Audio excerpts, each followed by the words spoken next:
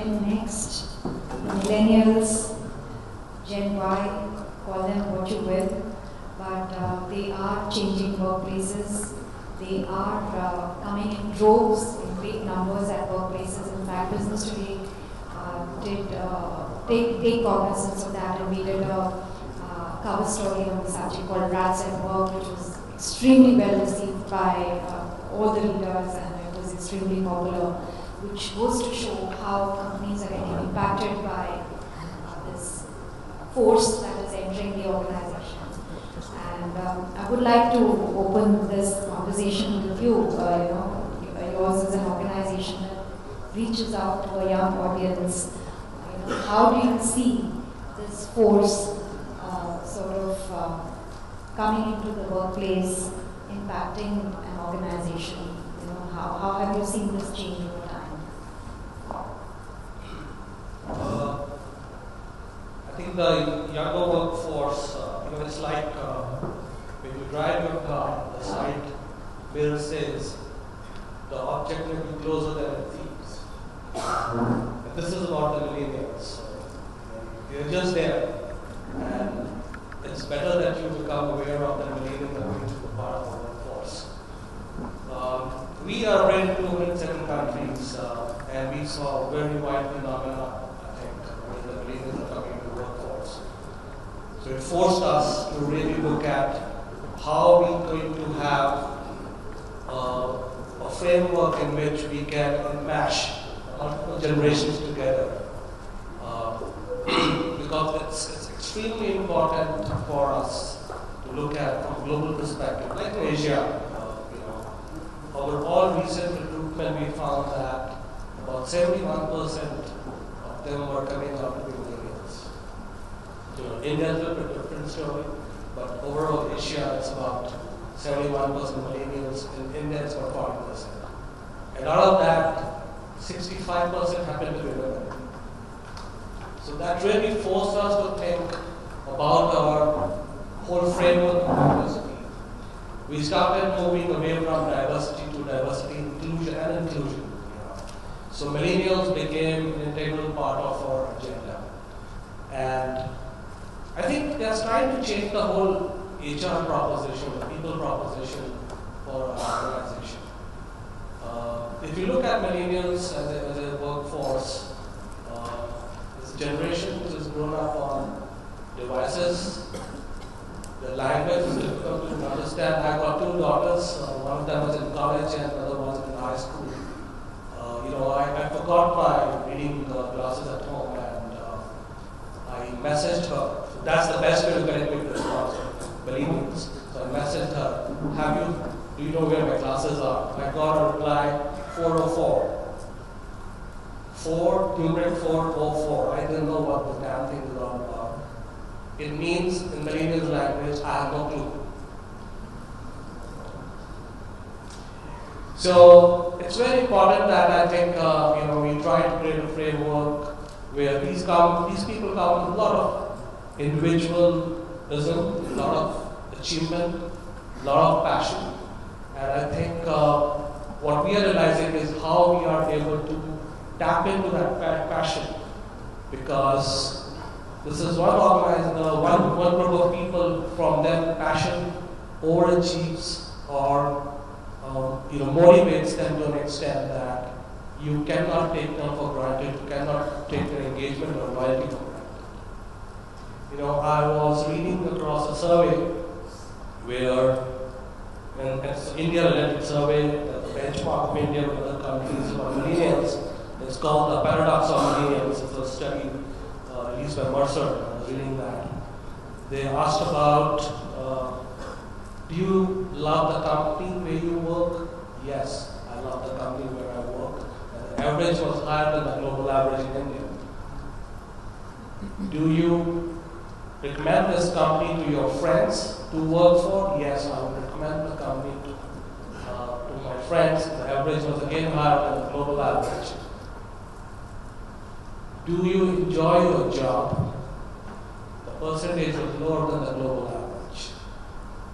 So it's a very clear-cut message that I love your brand, I love your company, but I don't like the job. And the last question was, would you be considering leaving this job for another job, a percentage was higher than the global job average? So what it means is, I love your brand, I love your company, I love your products, I'm not liking the job that I'm doing in your company, I'll go elsewhere. So the whole paradigm of engagement, I think they're questioning, and that is, I think, really sort of revealing for all of us at corporations. That's interesting and revealing, Ashutosh, before I get to you, because you're going to help me provoke our panelists into saying interesting things like Neena did in the last panel. I would like to involve you, Mr. Deshpande, here at this stage. This I, me, myself generation that, they're very clear. They will love your company, they will love the brand that they work for, but the engagement in terms of work has to be interpreted very differently. So how do you keep them engaged? Designations, titles, this is a generation which is called the helicopter parents who've been surrounded with all the attention. How do you manage that? Designations, how have you had to think through all of that when you take the millennials into work? See, it's a very it's a different scenario, I must say. Vis-a-vis the earlier generation, let's say baby boomers, what we call Gen X.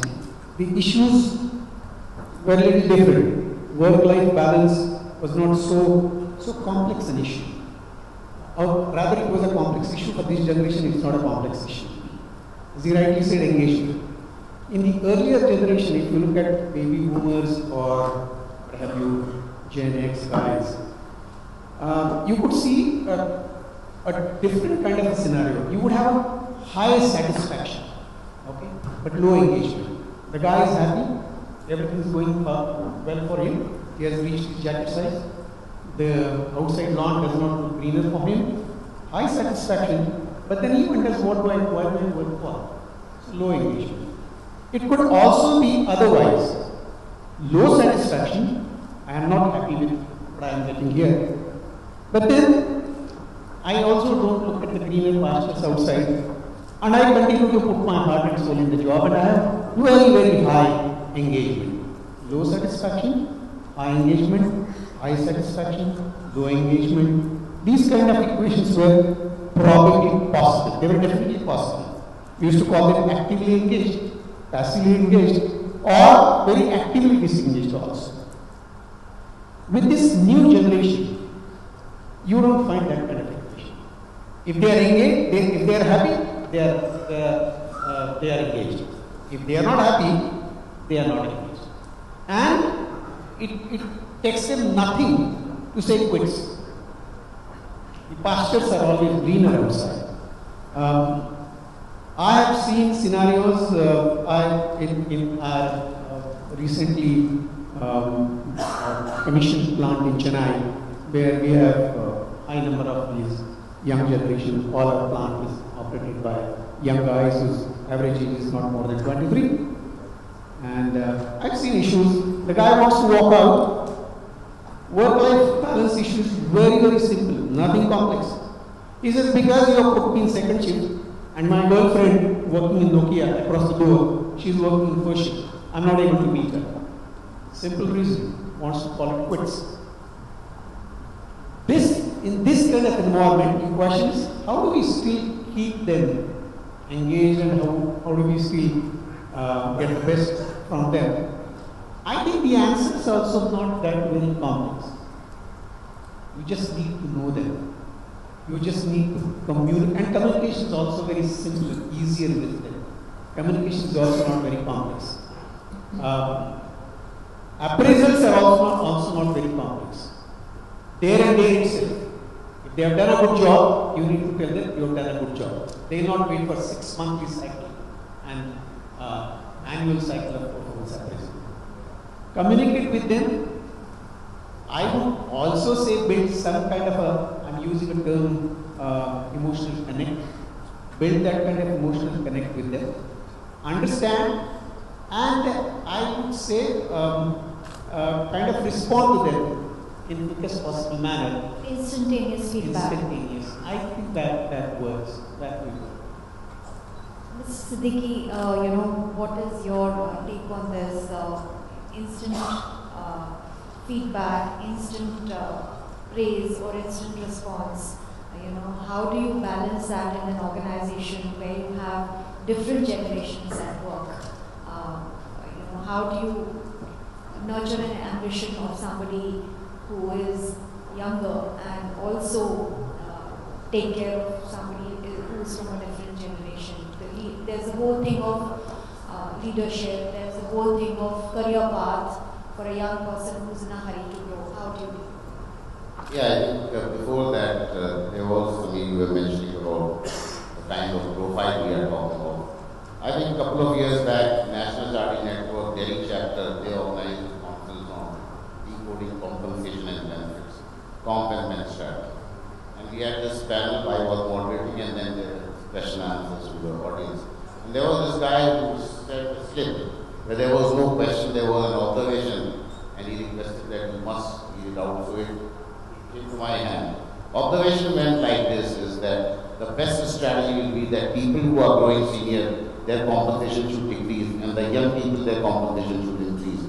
And then I asked him that what logic for this kind of suggestion. He said that we'll be growing, we'll be getting married, and then we'll have kids. So we'll have more expenses. You people are settling down in life. So in any case, you don't need more increase in salary. That is a very, very excellent expression of a young guy, maybe 3 years, 4 years in the profession, and expressing himself in front of 300 people with confidence. That's the profile we are talking about. One more point before I come to your question. We have been talking of millennials and Gen Y only in the context of white collar. But I think when we look at manufacturing sector, we'll have to also understand that we'll have to look at this Gen Y engagement, the kind of work habits, expectations, the kind of balance for the blue collar equally critical. Is where perhaps in India we are averaging right now about 24.6 as the average is. Below us is only South Africa, 23.98, and Japan on the other side aging 45 I think. And by 2020 perhaps we will be one of the youngest populations with the workforce. I am again saying balance will have to be blue collar and white collar both for us to understand Gen Y and then devise strategies how we are going to engage them, retain them, and get the best out of them. Now coming to your question for Maruti, there are clear 3 generations which are working. And when I am looking at this, I am using the definition of 12 years gap between generation A, B, and C. Now the young ones 23, 24, and the middle ones 37, 38, and the people who are touching about 50 plus, and they are working together. So perhaps to a great extent, this last 10 years we have been experimenting in terms of a bouquet of human resource policies rather than one size fits all. So there is a kind of a normal track for normal guys, and there is a kind of fast track for young characters. But there will be a very high competitive element to this fast track. And there will be also, for your information, an extended track. Somebody who missed the bus for 3, 4 years, 5 years, you can still catch the bus in the 6th year or 7th year. There is nothing like rejection, is one perspective. Second perspective is perhaps when you look at this bouquet of human resource policies. For the youngsters, compensation and benefit kind of strategy must have a cash element focus. So where they will differential pay.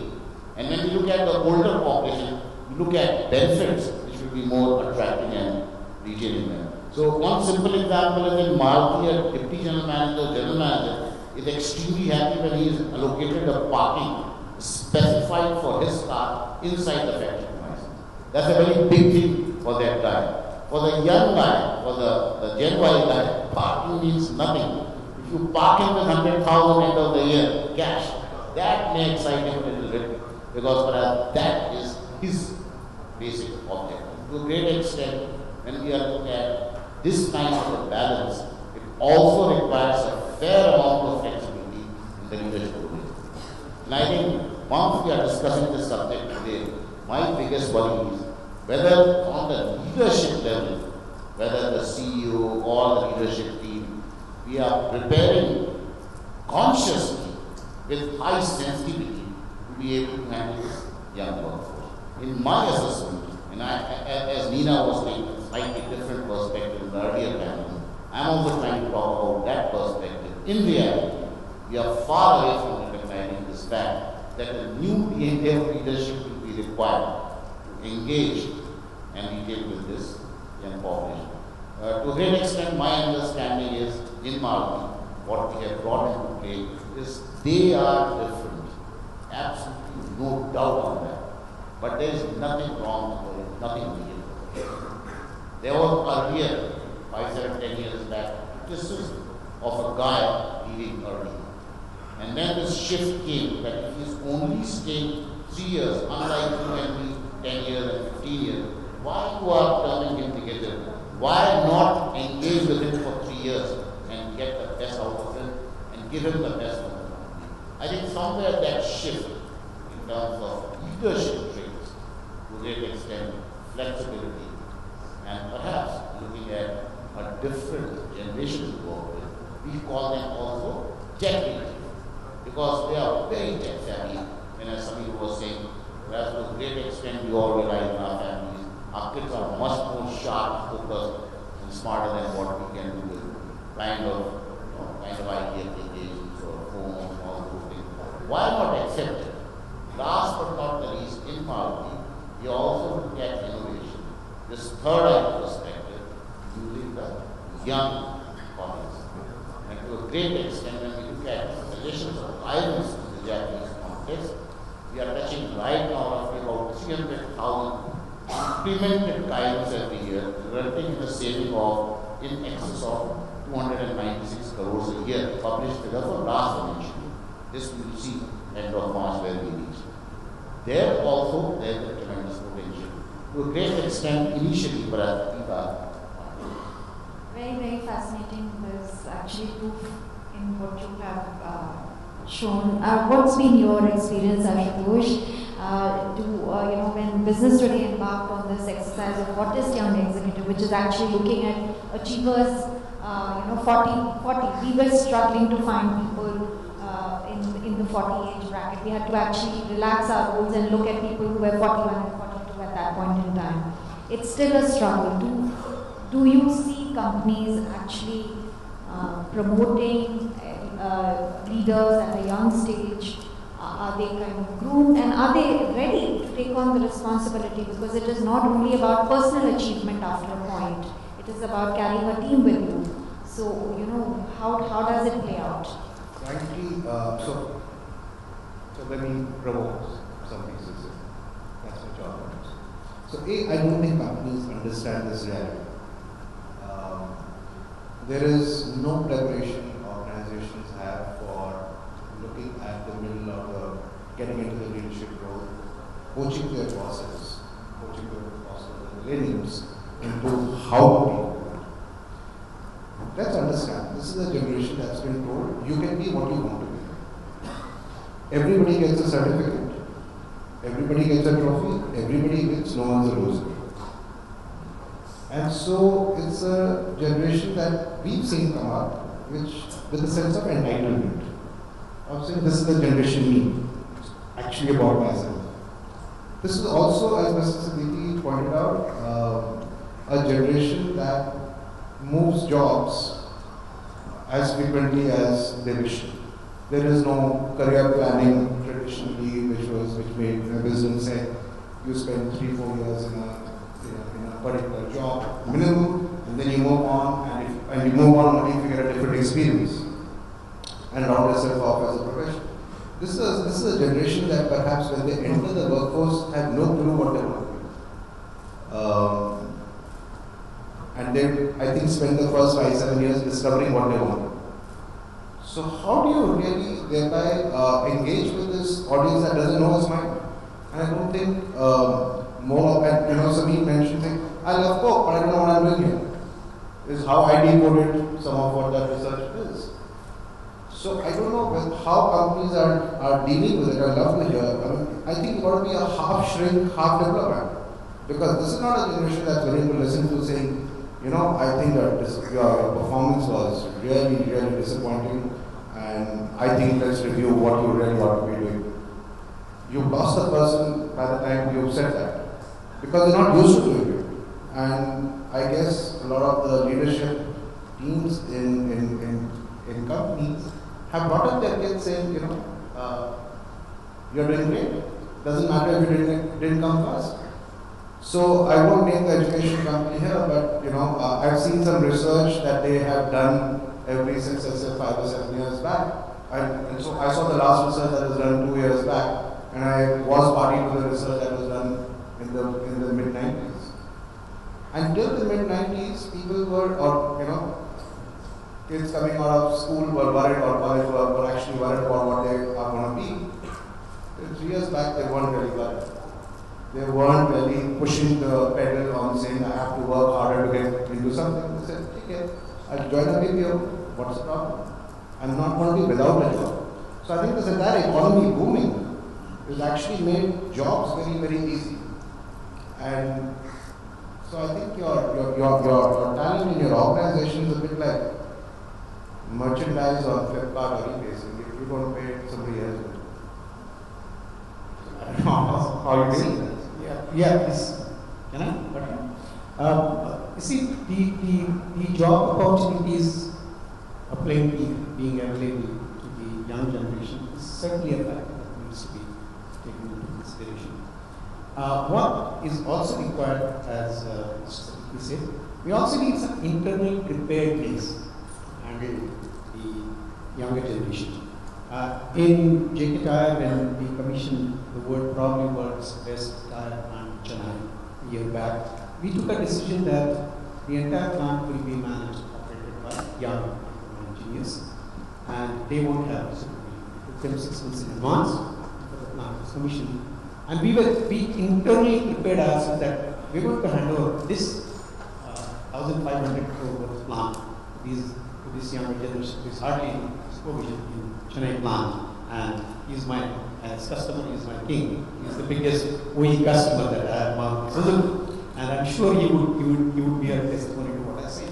The product that is coming from my new plant, Chennai, which is managed with least of supervision by the youngest workers, diploma engineers, with just about 6 months experience, is on par with any of our older plants.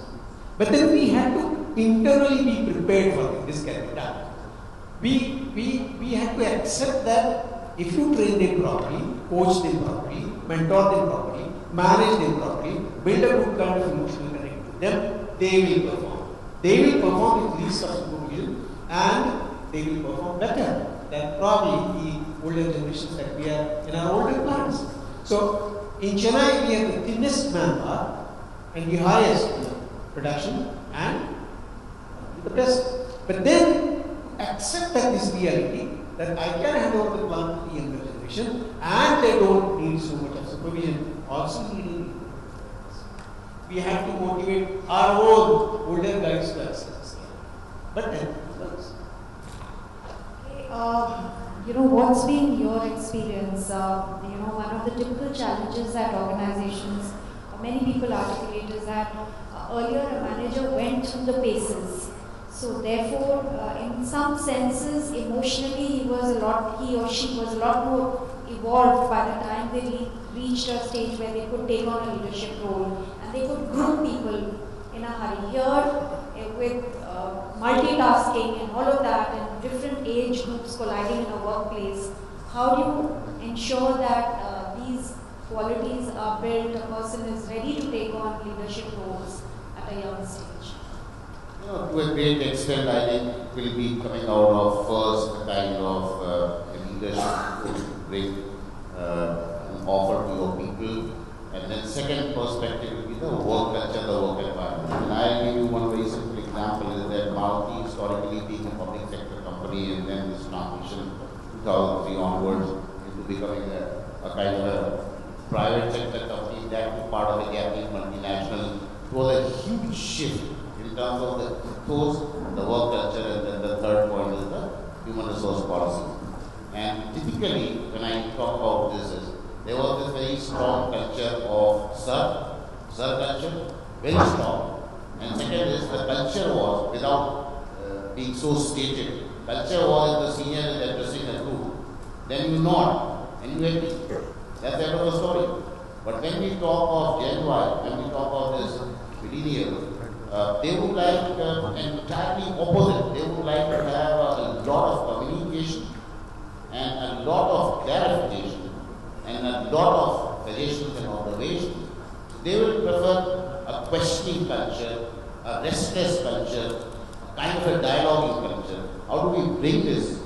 Is first of all, you have to prepare the leadership that those who have that flexibility, and we should be convinced that by the shift, as Raju said, consciously we created this training 2004 onwards, going to global destinations like London, maybe France, Paris, and Frankfurt, and Turin, where we wanted our senior leadership team, first of all, and China, to see what is happening. And I tell you one very interesting thing is, I discussed with my senior colleagues who were in China, that look at the young guys, 13, 14 years, 20 years, what they wear in India, exactly the same clothes, same kind of kits that youngsters were wearing in China. I said, you cut across globally, and you will find this generation totally different than us.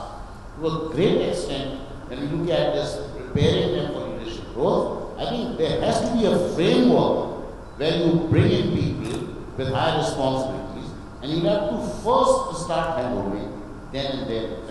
So in our case, there can be a development center perspective, where this person is given a lot of feedback about himself, and then the assessment center perspective is tested, and then on promotion, a kind of a specific framework he has to undergo, and then continuously be coached. To a great extent, somewhere formed, when we talk about these kinds of training opportunities, somewhere informed, but there has to be patience, and there has to be a platform on which we have to try.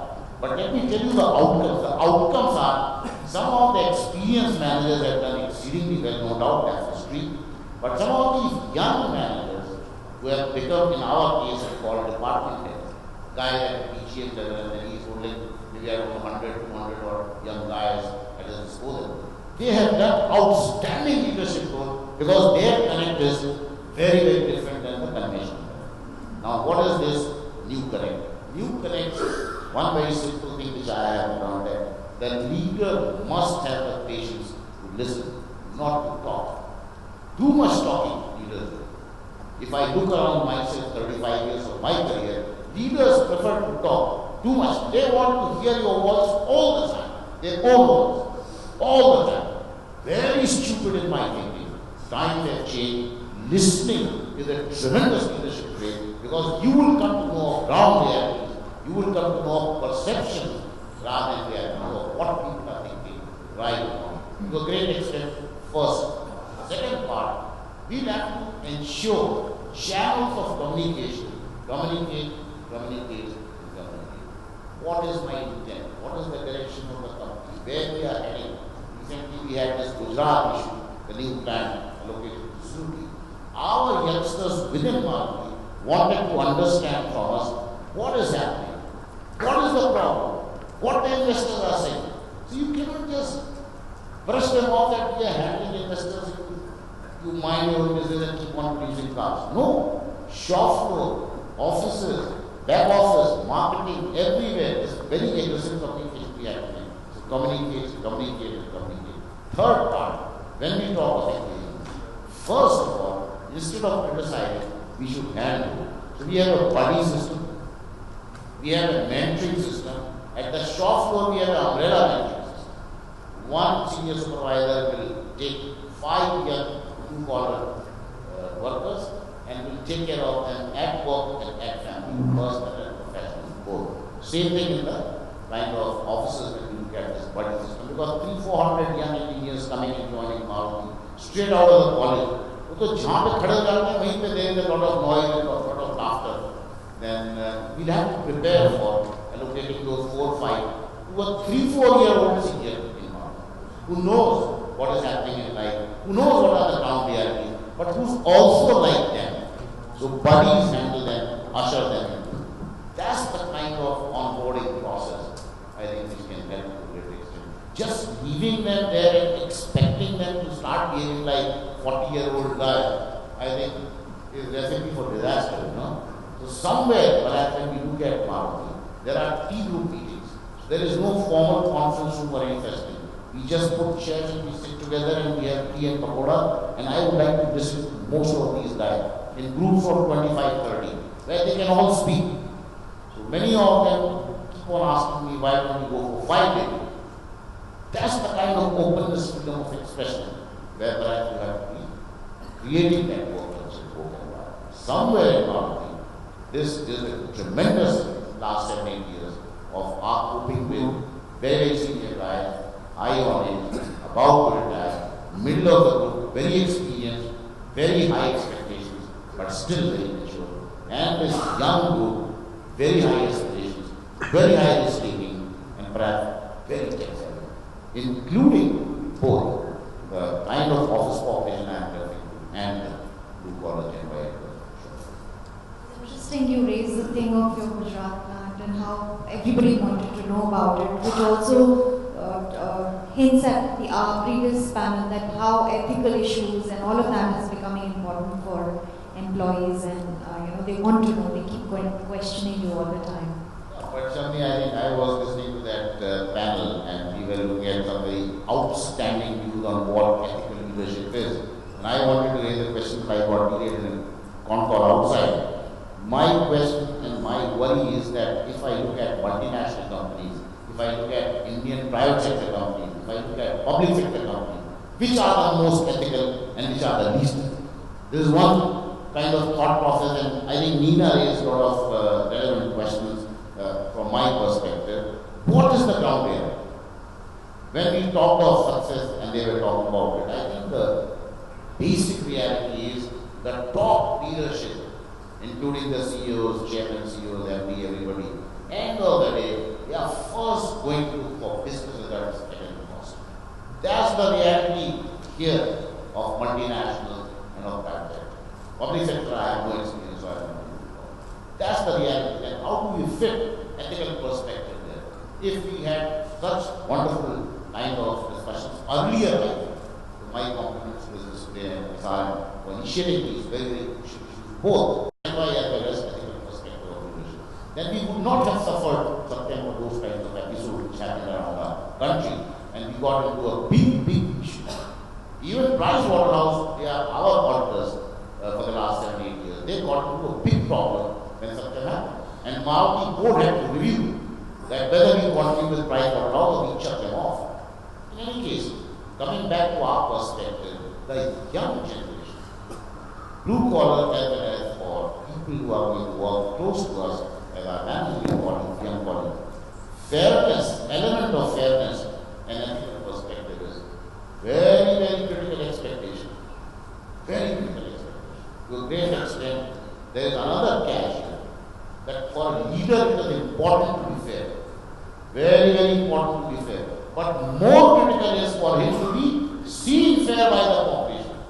Because perceptions are greater than reality. And many times I have found leaders explaining my intent was this, my intent was that. Intent goes for a 6. What perception has reached the population, in my case 20,000 people in Maruti, that is going to ask for the biggest kind of that, not what intent is what we are doing. So when we are dealing with this kind of workforce, and predominantly 2020, as I said, we are the largest, youngest workforce in the country. I think we need to prepare, and Najib was right, 100%, that whether we are preparing or not, that's a big question.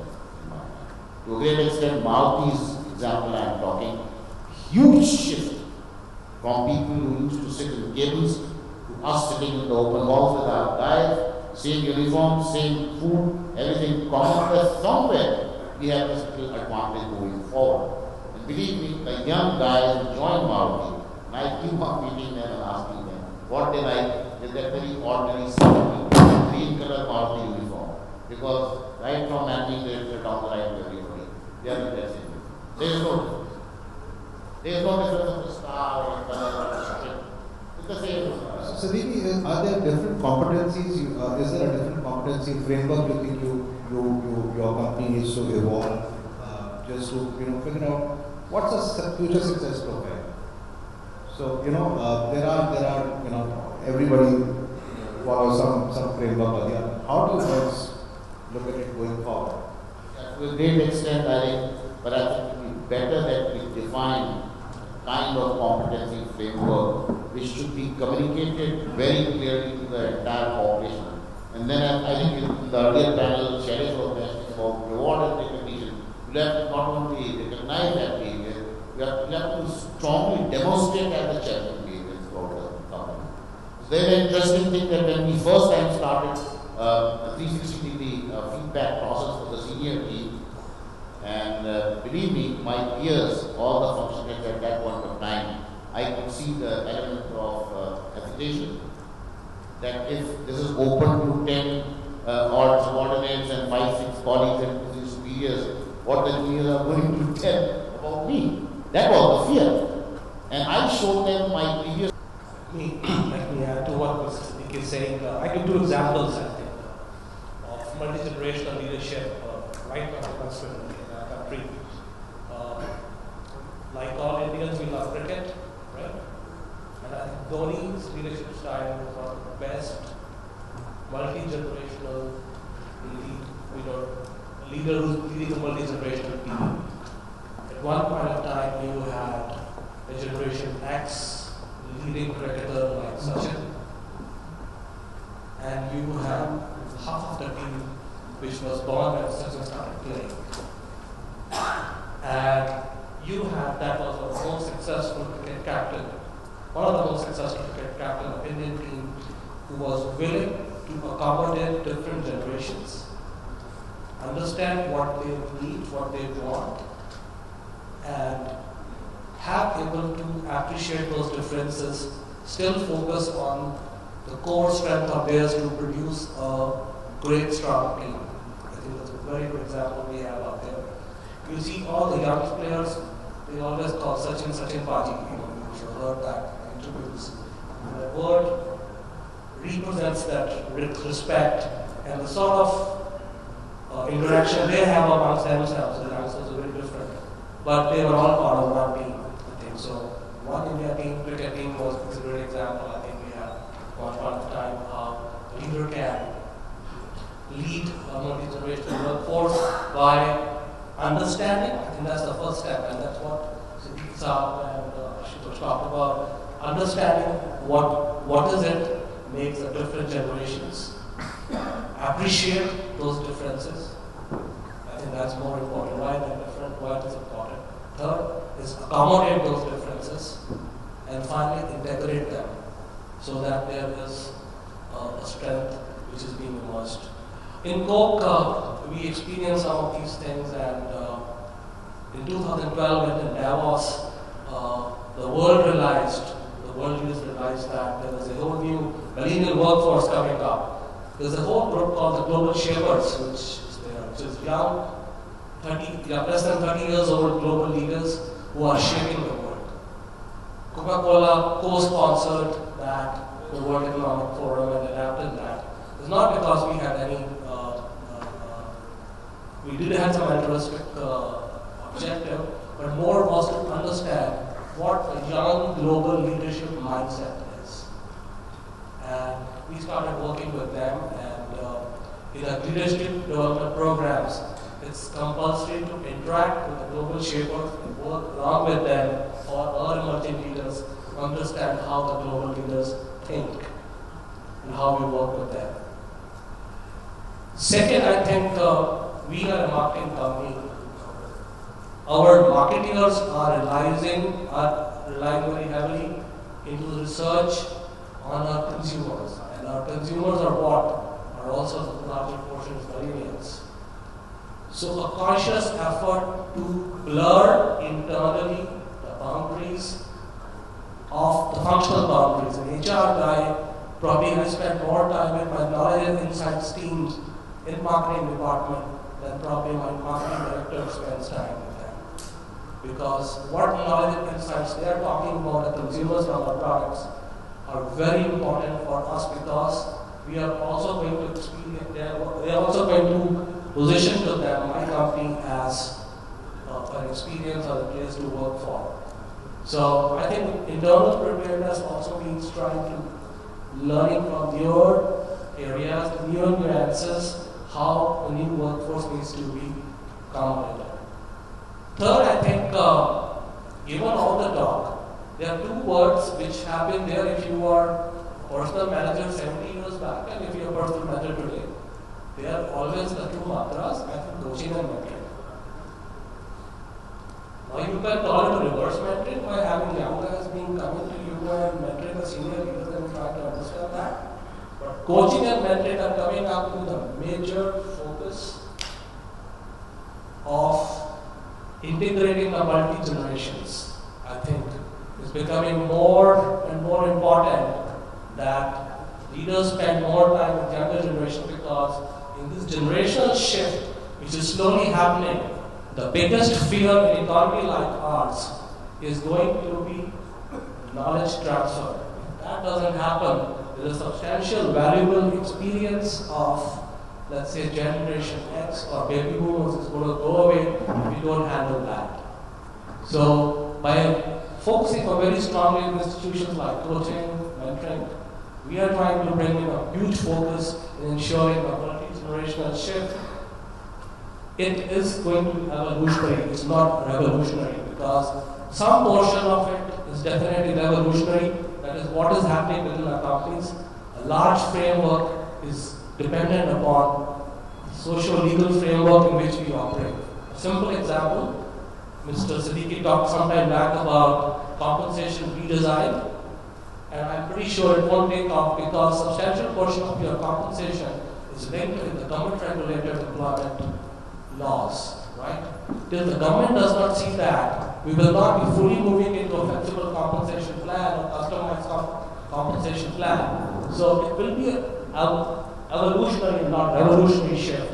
But the main thing is recognize that, and it's good for us because if it's revolutionary, we are unprepared. We don't know what the surprise is going to be. Since it is evolutionary, I think we need to be more prepared. And preparedness comes in through just trying to moving away from our conventional ways of thinking, conventional ways of wisdom, and trying to think of new competencies. We just launched about 5 new competencies after working with millennials in the world and what the new world will look like. The new generation is passionate, they act like owners, they are innovative, they are more focused on collaboration. And transparency, fairness is what we value by them. They want to work for a larger cause than the job itself. So these are things we have been thinking about reinventing our own leadership frameworks, and that's a very important point. I think the 3 of my panel members have really made is that organizational preparedness will be very key for managing this intergenerational workforce, and especially millennials. After all, we are the people who brought millennials into the world, right? And it's we who hold the sense of inclusion. When I was young, my dad never asked me what I want to be. And here the baby is born and we talk, baby is part of the family meetings, where the next occasion is what we're going to eat over the weekend. Everybody's included. So we have grown up the kids with that sort of mindset. And I think we should be well equipped to manage that. Any thoughts, Ashish, before I throw open the questions? I'm just wondering, if companies started off with a diversity agenda and started to populate their boards with the relevant diversity, the new company law bills, in essence states now you have a women board member as a women's model too. I'm actually wondering how many of the companies today actually have leadership population that is already under 40. And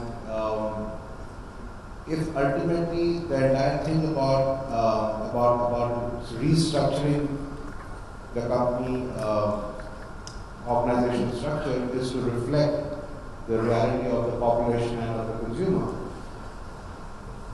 when would Samir, yours, yours, your company actually have 50% of your CXOs at 35 years? Is that provocative? I just like to add one competencies. and I'd like to relate to the earlier session. Nina talked about 5 Qs. QI, QR. QI is a plenty with the younger generation, no doubt about it. They come with abundance of knowledge. In managing them, what is required is QR, or part of the managers, resilience. Of course, they are low on that, but the managers, in managing them, need to have a very high amount of resilience. Because this generation poses very uncomfortable questions. And they are absolutely, there is no social culture anymore. It so happened that we were traveling together for a sales conference.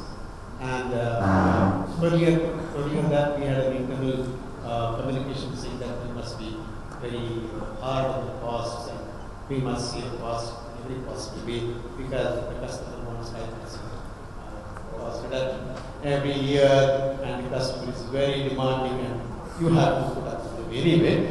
So we had a internal communication going on that we must cut down costs from this and the other. One of the measures of cost cutting was try and travel by economy. Whosoever you may be in the organization, try and travel economy. And on that flight, we were going out for a sales conference in Malaysia, and the entire sales staff and some seniors of us, we were traveling together. In the conference, the guys asked the question, if cost-cutting measures are applicable to all, why did we travel economy and why did you travel business or first class? Very open, direct question. Now, we need to have great amount of resilience to stay put up with these questions and still come up with plausible answers. But if you switch off to those questions and if you do not respond with a positive frame of mind, then you are in trouble. So, resilience as a competence is required in abundant measure on part of those who have to manage this this Gen Y, and we have to accept that they have an abundance of quotient I. Is there some coaching they need to accept there is a reality that's different from the way that you brought up? You know, this is the real world. You will lose. You will fall down. You will get smashed. But the fact of the matter is, and I'm turning this on its head, saying, you know, who's talking to them? Saying, you know, buddy, I mean, you know, we are going to come half the way. But, you know, and I'm not saying that you need to pay your dues, but actually we are saying that. There's only one point I want to talk about. We talked of 40-year-old leadership team members and 35-year-old senior guys. I think we should not really move from one extreme to another extreme of talking about 35-year-olds or 40-year-olds and senior leadership team, because corporate will have not an answer for people who are above that age to what to do with them. If I do it with Maruti, I think 30-40% people will be in that higher age group who are performing the job at a senior level. And I will go for a philosophy that we go 35-40 for leadership team. What the hell those guys are going to do? I think those realities always, while you are going for strategies, frameworks, all kinds of policy decisions, they will of course resist. So it has to be a balanced framework. It cannot be either too old, all fully dominating, or too young, all millennials, you know, coming and taking over. These are not practical realities. So I think corporate, in their own contextual sensitivity, will have to define a bouquet of kind of policy direction or framework in which we move. Because Mr. Deshpande, just picking up, it's a sheer coincidence with the auto industry going down badly, -6, -7 last 14-15 months. Somewhere in September 2013, we took a call that perhaps all kind of 20% overhead cut and stationery and printing, and as you said, I said all of us will travel economy class. All of us means all of us will travel economy class. But end of the day, we defined a period 1st October 2013, 31st March 2014, and then we review. But yes, you have a point. it cannot be at my level business staff and at lower level government staff. That kind of problem will be there in the minds of entire company, not only millennials. In fact, that will be questioned by everybody. But when we talk of Gen Y, to a great extent, they look for leaders who can walk the talk all the time. What the leader says, 8:45 we start work, then I also come 8:45 and I meet you in the morning at 8:45. Not that you come at 8:45 and I'll come leisurely at 9:30. Walking the talk is going to be setting the time. You wanted to say something, sir? Yeah, probably, I think to your question in terms of the point you made in terms of, I think Sadiki just responded, it's a balanced part of it. It's also a question of opportunity. We just now declared the Asia operating year in January 1, and we realized the basic objective was that 23 countries in Asia where 50% of the world's population stays, and also it's also the world's youngest population out there. And as we started grappling about what sobriety is going to be of this operating unit, and talent became a topmost priority. And we are questioning the existing leadership practices we have, leadership models we have, because to accelerate development of Asian talent in India, I think is going to be very critical for us to really ensure that we have a ready talent to manage the growth what we are talking about. And I think in an acceleration, I'm not aiming for a particular age bracket, but definitely I think in an acceleration, I'm accelerating the particular group of individuals who are mature and balanced enough and who are qualified to be the great global leaders in the system to move faster than what they would otherwise. But at the same time, I think what is important is ensuring balance, and that's where I go back to my whole coaching and mentoring phase. Being a global corporation gives us that tremendous reach to leverage the experience around the world and bring them to a group market like Asia and bring them to focus. So it has to be a very focused, balanced, to borrow Mr. Sadiqi's word, integrated framework, part of your business strategy. It is not a part of human resources strategy, I think, because at the end of the day, talent is the second most important issue on the minds of CXOs after innovation today. And the millennials is answer to some of those talent challenges probably the organizations in the growth phase are facing. Okay, and I would with this like to throw open for questions. Please be specific in your questions, not try and not make any statements. Yeah, the discussion is quite evident that dealing with Generation Y is the biggest corporate challenge as of now. My question is to the HR guys, that when you are dealing with this generation, what is your focus? Whether it is to train the youngsters to be a part of your organization, or are you channelizing your energy to tell the top management to be more acceptable to them? I think it has to be both, and it has to be a balanced perspective. You bring out the potential in the young generation and bring them in line with the organizational culture and the kind of desired direction. But at the same time, I think Ajay and I emphasize a lot that leadership will have to look at this new DNA, which we have to just adapt. Because at the end of the day, you don't want to miss the potential of this new young workforce. We just have maybe some purposeful, intentional action is also required in part of. Let's say, coming from the older organizations like manufacturing organizations I'm working for, we have to have a discipline of inducting younger managers at senior positions. Earlier it was rather difficult, but yes, it's becoming possible now. Earlier, if you need a vice president to head a corporate function or a bigger plant, you would expect someone to be more than 45. But then, of course, there is a change, and we are recognizing that young guys also can really do a quality work. We, for example, inducted head of business strategy, who's just 32. Huge function. That's the change of mindset. What on our part also. Yeah, the gentleman there. I just want to raise a provocative question. I think panel discussion was great. Are we not overemphasizing the fact, oh, Gen Y is very different, be careful? Is it something which we need to deal with it very carefully, otherwise it can impact and all that? I just wonder, is it not something to do with the ecosystem in which you operate, the current landscape, and whether it's social media impact or the digital era, or is something change in the world? I mean, the way I was brought, the way Gen Y was brought, Gen X brought were very different.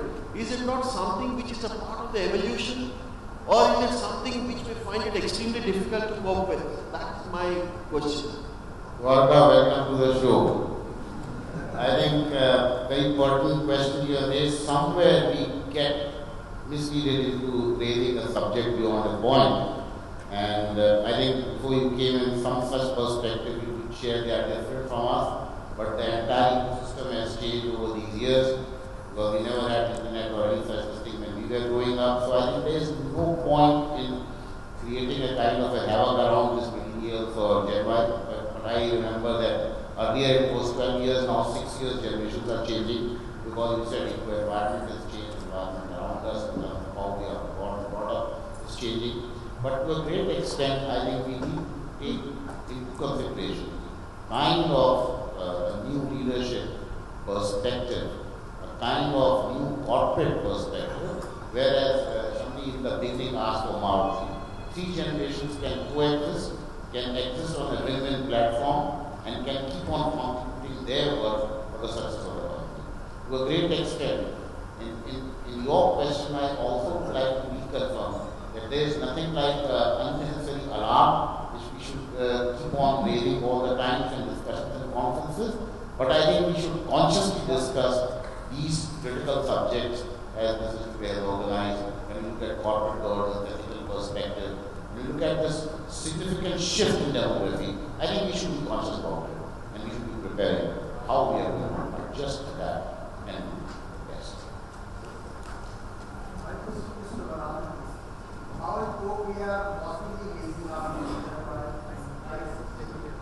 How possibly we are positively engaging these people in Cook.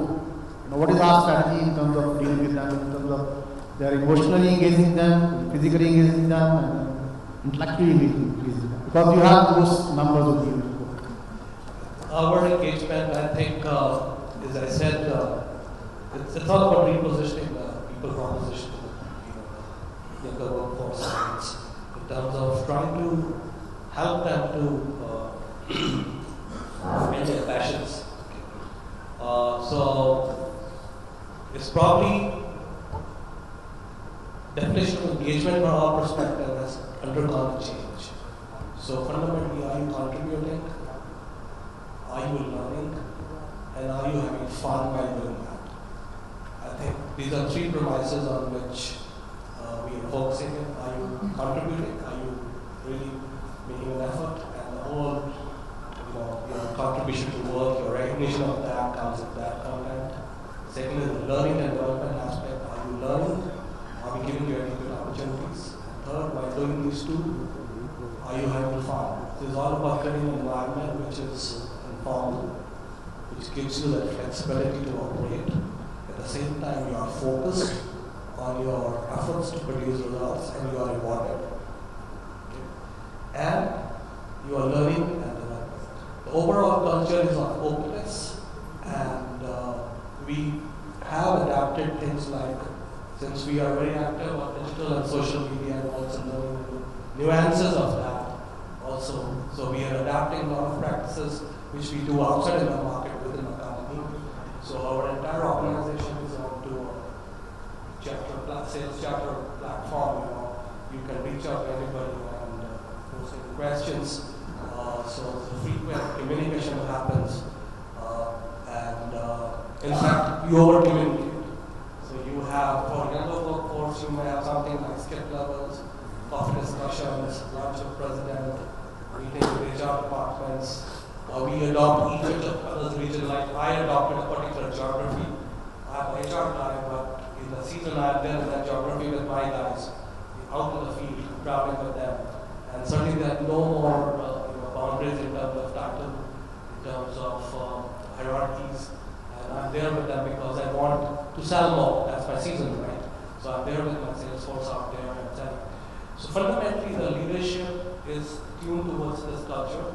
So to long, winding answer to your question, we are engaging in multiple fronts, which addresses, yes, emotional need, achievement orientation, and the bonding with the organization.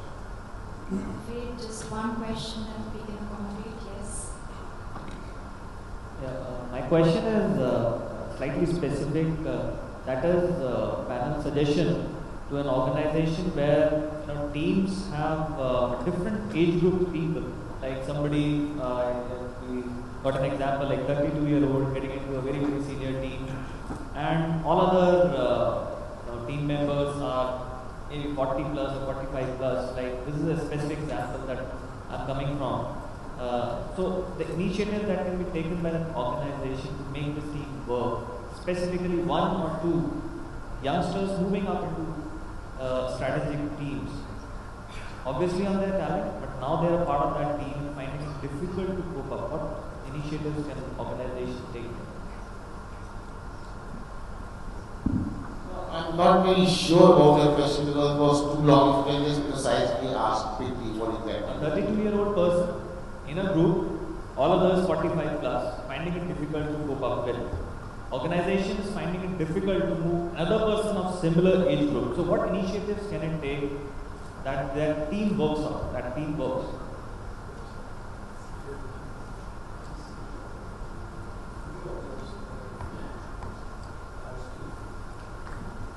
One simple thing when we look at team-based organizations, that there are project teams, there are task teams, there are functional teams, right? We'll have to create milestones and then we'll have to really create this basic mix, because it is not necessary that it should be all 45 or all below 35 only is going to work. And I'll give you one simple example. In Malti, we have got this population increasing, so parking is becoming an issue because space is limited. In Gurgaon especially, all residential. So this project, I asked some of my young managers to handle it, because the seniors said to leave space for me, and these youngsters did work with tremendous kind of third eye perspective, and they created certain solutions within the defined space that we have added 300-400 parkings over the last 3-4 months. Depending on this, perhaps you can have a mixture of age groups into a particular project team, task team, or functional team. In any case, we'll have 3 generations working together. But to a great extent, it will depend what is the role of the team. To a great extent, and I think he talked about Dhoni, to a great extent, the team leader is going to define how they are going to gel in spite of different age groups, different interests, different capabilities. Let me add to what Sadiq Saab said. I think we highlight the differences too much in a situation like that. We need to focus on what this 30 plus, 30 and 30 years old is bringing the team for team success. I think that's the element which we need to highlight. Not that he's a 30-year-old. He's 30-year-old plus he's bringing a strength to the team. And that is what is more important, what that strength this person is bringing. And what is it the team will benefit as overall. Because I think acceptance is definitely an issue sometimes, but it's all in what we are focusing on. If we want to focus on age differences, yes. He just came yesterday in the organization, he's part of our team, but this person comes from, let me give you an example. We run a digital center. Being a brand what we are, we have to 24/7 alive. What's happening on the net to our brand, what people are saying about it. Most of the guys who are running that center are less than 30 years old. And every morning they are briefing the leadership team if there has been some sort of news which we are not aware of or which we think we need to act upon. And that's a major paradigm shift. I meet my CEO once in a week in operations meeting and operations review, And here these kids every morning are there on 15-minute capsule to the entire leadership team briefing what's happening. Because they bring that strength of digital and social savviness, which I don't think we have.